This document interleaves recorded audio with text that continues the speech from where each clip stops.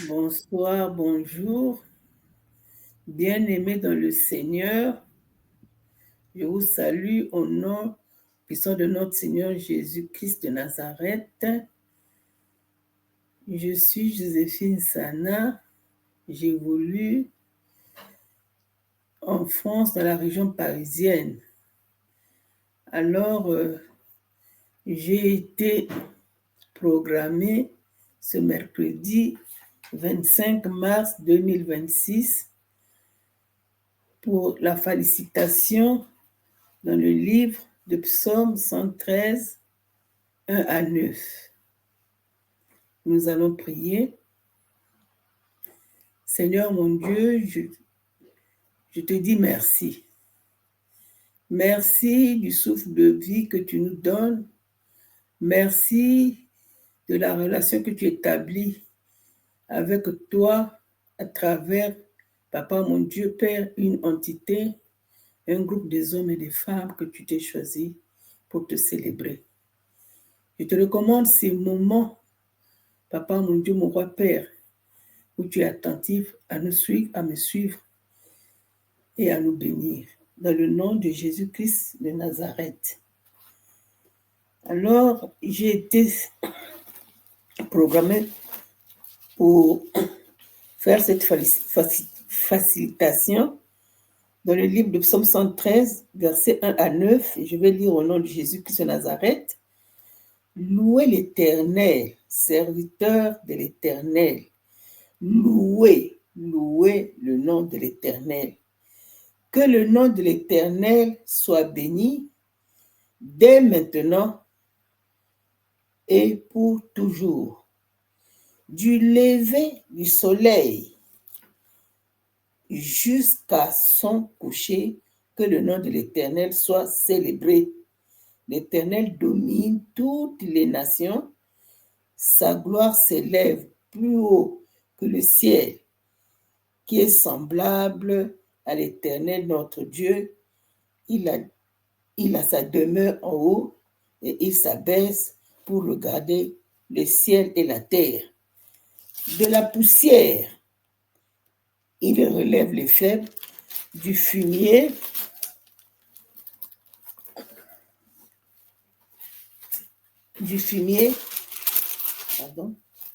il retire le pauvre pour les faire asseoir avec les grands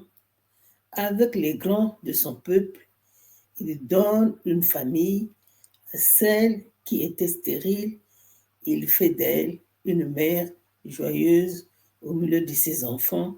Louez l'Éternel. Amen.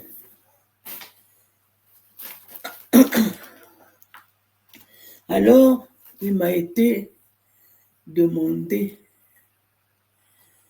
de faire cette félicitation et il y avait des questions qui avaient été posées. Question 1. De quoi ou de qui parle ce verset? Question 3. Y a-t-il un exemple à suivre ou à ne pas suivre? Question 7. Quelle vérité Dieu me révèle-t-il? Alors nous allons encore prier par rapport au texte que j'ai lu avant de répondre aux questions qui m'ont été posées.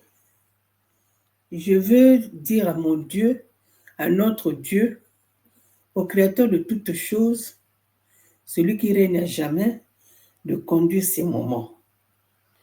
Alors la question numéro 1, de quoi ou de qui parle ce verset? Ce verset numéro 1, tous les versets parlent du Seigneur. Mais j'ai été interpellée par le verset 1 qui recommande louer l'Éternel, serviteur de l'Éternel. Louer le nom de l'Éternel. Quelle insistance que ce verset insiste par rapport au serviteur. Il ne dit pas peuple, il ne dit pas l'Église. Il recommande cette louange aux serviteurs de l'Éternel de louer son nom. C'est une recommandation, c'est un service que Dieu confie aux serviteurs de Dieu. Parce que le livre de psaumes sont des cantiques. Les livres de psaumes, c'est des révélations particulières. Alors, quand on sait que le livre de psaumes, il fallait chanter dans les fêtes, il fallait célébrer les Pâques, la Pentecôte, il fallait parler de Dieu. Mais la particularité de la louange, nous pensons que c'est le chant. La particularité de la louange, c'est célébrer être une personne qui représente l'Église où la louange doit y siéger. Que mon être soit une louange, un témoignage, une gloire pour la gloire de Dieu. Alors, c'est ce que je retiens de la question qui était posée, de quoi ou de qui parle ce verset. Ça parle donc précisément des serviteurs de Dieu. De quoi? La recommandation d'être une louange pour la gloire de Dieu. Alors, si nous lisons la question numéro 3, y a-t-il un exemple à suivre ou à ne pas suivre? Par rapport à la lecture faite dans le livre de Psaume 113, je vois que l'exemple à suivre au verset 2, le nom de l'Éternel doit être béni. Je vais d'abord lire que le nom de l'Éternel soit béni dès maintenant et pour toujours. La parole de Dieu nous dit, nous devons bénir le nom de l'Éternel tout le temps, tout le temps et tous les jours, donc continuellement.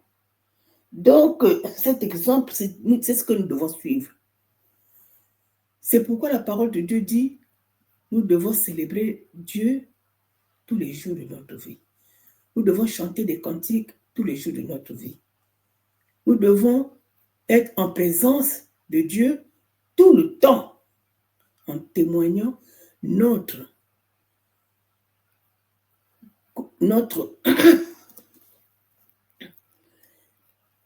accomplissement, notre édification, notre présence. Alors, donc cette question, y a-t-il un exemple? L'exemple, justement, c'est la fidélité. La fidélité de rester à bénir notre Dieu tout le temps et tout le temps, maintenant et à jamais. Alors, si nous lisons la question numéro 7, l'exemple à suivre, c'est de demeurer. L'exemple à ne pas suivre, nous ne devons pas nous écarter de Dieu. Alors, si nous lisons et si nous voyons la question numéro 7, quelle vérité Dieu me révèle? La vérité que Dieu me révèle dans ce que nous avons lu dans le psaume 113, la vérité, c'est au verset 7. Au verset 7, la parole lui dit, de la poussière, il relève le faible. Du fumier, il retire le pauvre. Si nous continuons au 8, pour les faire asseoir avec les grands de son peuple. C'est la vérité de la parole de Dieu qui s'est accomplie dans cette parole. Quand nous voyons l'appel de Dieu, quand nous voyons comment il nous a pris, dans quelles conditions, je sais que cette parole, c'est une vérité. Et c'est une vérité qui nous encourage, c'est une vérité qui nous conduit à être dans le service de l'Éternel. Alors, je dis, qu'est-ce que le psaume 113 nous enseigne? Le psaume 113 nous enseigne à être un peuple des serviteurs, un peuple des sacrificateurs, un peuple des pasteurs qui témoignent la gloire de Dieu. La parole de Dieu dit, Dieu siège au milieu de la louange de son peuple. La louange, ce n'est pas seulement la célébration des mots, mais la louange doit être l'homme, la femme appelée au service, qui témoigne de sa marche avec le Seigneur, dans la fidélité, dans la crainte, dans l'obéissance. Que notre aide soit une louange pour la gloire de Dieu. Alors c'est pourquoi nous allons le célébrer, nous allons le chanter, nous allons le prier, nous allons l'élever, parce qu'il nous a fait des promesses de la poussière. De la poussière. Il vient te prendre, il vient te donner une identité pour la gloire de Dieu. Et bien aimé, je bénis le Seigneur. Je tressaille dans mon cœur. Je sais que vous m'avez programmé et que ce que j'ai pu dire peut réveiller une conscience. Mais ce que je retiens par rapport à ça, je retiens la gloire de Dieu accompagne les hommes, les femmes que Dieu a choisi pour ces membres de groupe méditons ensemble. Je sais que nous sommes bénis et nous serons bénis. Je sais que la grâce nous accompagne et nous accompagnera. Je sais que le réveil se fera et nous sommes éveillés et que ce travail qui est fait, qui est en train de nous révéler, nous garder dans les voies du Seigneur pour que nous puissions être des témoins, s'accomplira parce que ça nous édifie. Merci et je glorifie le Seigneur pour ces moments bénéfiques, pour ces moments honorables, pour ces moments que Dieu nous appelle à vivre avec lui, à garder notre foi pour que nous ne puissions pas succomber dans les tentations. Nous savons que la gloire de Dieu doit nous accompagner et que Dieu nous a réservé une place dans les cieux à côté de lui pour que nous puissions nous préparer à cette louange, à nous associant aux 4 êtres vivants et aux 24 vieillards. Alors, c'est ce qui m'a interpellé pour ce livre de Psaume 113. Et quand je vois les livres de psaumes sont des cantiques de chant, des cantiques de louange, des cantiques d'édification, des cantiques de justice, parce que qui réjouit nos cœurs et qui réjouit notre Dieu. Parce que tout ce que nous devons faire, nous devons plaire à celui-là qui est notre Créateur. Alors, je vais prier par rapport au livre d'Amos 8, 11, qui m'a été demandé de voir le livre d'Amos. Est-ce qu'il a mis le livre d'Amos 8.